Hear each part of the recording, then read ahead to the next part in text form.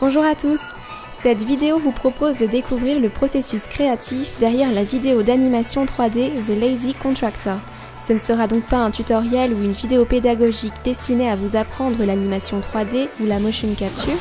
Il s'agira surtout de vous présenter la démarche concernant cette démonstration des capacités de corrélation entre les logiciels Episoft et Blender. The Lazy Contractor est également un remake de Lazy Contractor, conçu en 2014 également avec Blender. Pour cette vidéo, comme pour son remake, un storyboard a été conçu puis un tableau a été élaboré pour référencer l'ensemble des mouvements destinés à être capturés via le logiciel de motion capture. Vous pouvez aussi voir sur ce tableau que chaque mouvement correspond à un ou plusieurs plans. Le storyboard de la vidéo de 2014, jugé satisfaisant, a été conservé pour le remake. Ces deux vidéos ont donc un storyboard qui, dans les grandes lignes, est très similaire. Même si les caméras de la vidéo de 2014 ont pu être importées telles quelles pour le remake, reprendre plan par plan la même réalisation a été quelque chose de bien plus complexe en pratique que sur le papier. Il a parfois été jugé bon de changer certains angles de vue, voire même de supprimer certains plans. Ce fut donc un travail qui a demandé un certain discernement entre ce qui a été fait, ce qui pouvait être amélioré et ce qu'il était pertinent de conserver afin de ne pas trop dénaturer la réalisation d'origine. Il a également fallu refaire certaines animations de caméra ou réajuster leur vitesse. Les principaux points qui ont été améliorés pour le remake sont le rendu visuel et les animations.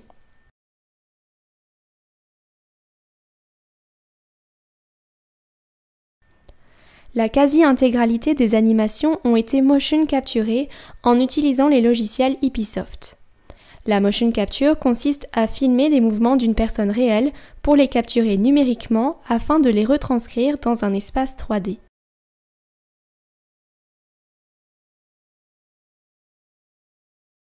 Les systèmes de motion capture professionnels nécessitent plusieurs dizaines de caméras ainsi que des combinaisons spécifiques.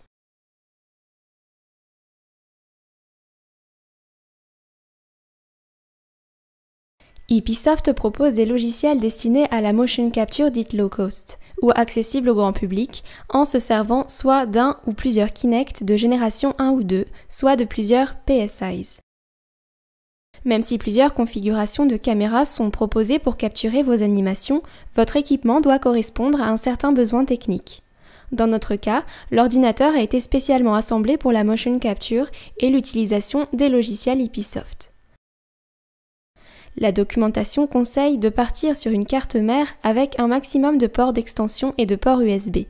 Ici, il s'agissait d'une carte mère Gigabyte GA-G31M ES2L avec un processeur Core 2 Quad Q6600 cadencé à 2,4 GHz, accompagné d'une carte graphique Nvidia GTX 960.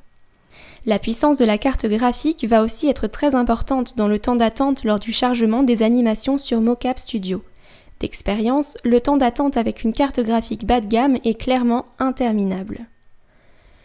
La documentation déconseille de partir sur une configuration trop légère car il sera difficile de travailler avec un certain confort si votre processeur est un monocœur comme le Pentium 4.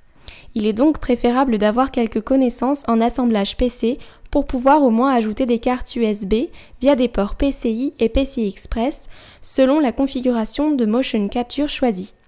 Car les installations avec plusieurs caméras nécessitent une bonne cohérence des branchements avec la bande passante USB de l'ordinateur.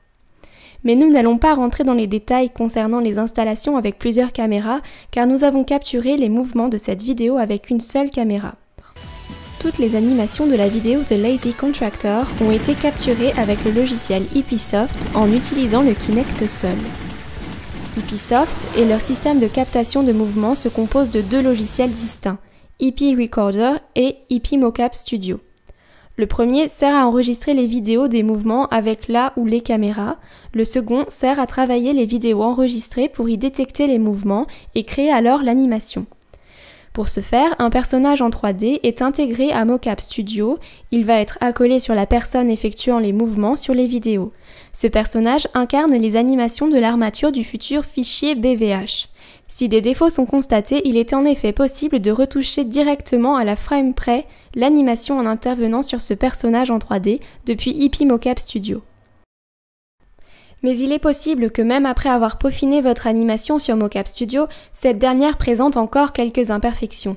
C'est pourquoi, lorsque vous importez votre fichier BVH sur Blender, il sera encore possible de corriger les défauts ou de modifier certains détails via le Dope Sheet.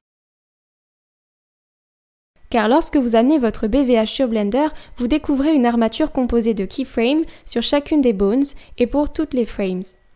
Pour manipuler convenablement et modifier votre BVH, il est préférable d'avoir des bases en animation 3D ou d'avoir déjà animé ou manipulé une armature.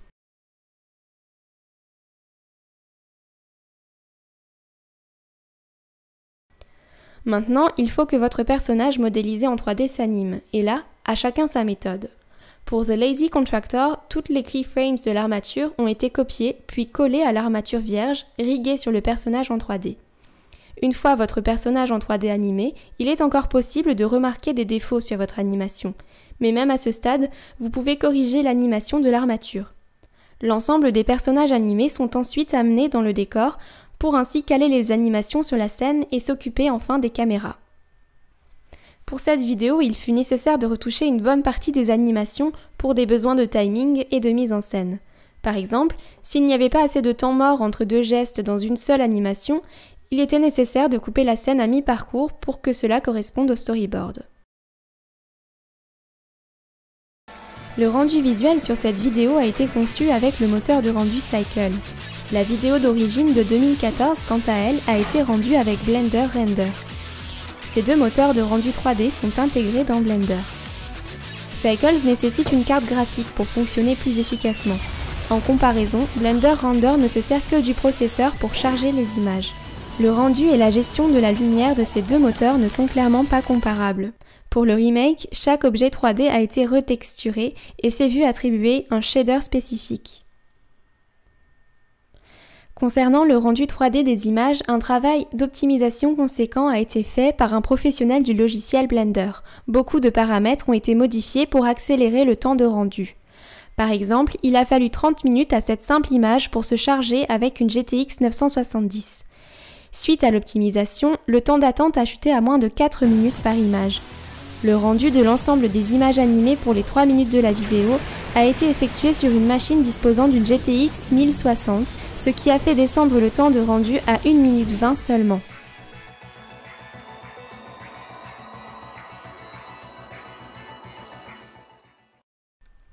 Ça sera tout pour cette vidéo. Merci à vous. La zone de commentaires est là si vous avez des questions. D'autres démos de motion capture risquent d'arriver prochainement sur cette chaîne. À bientôt!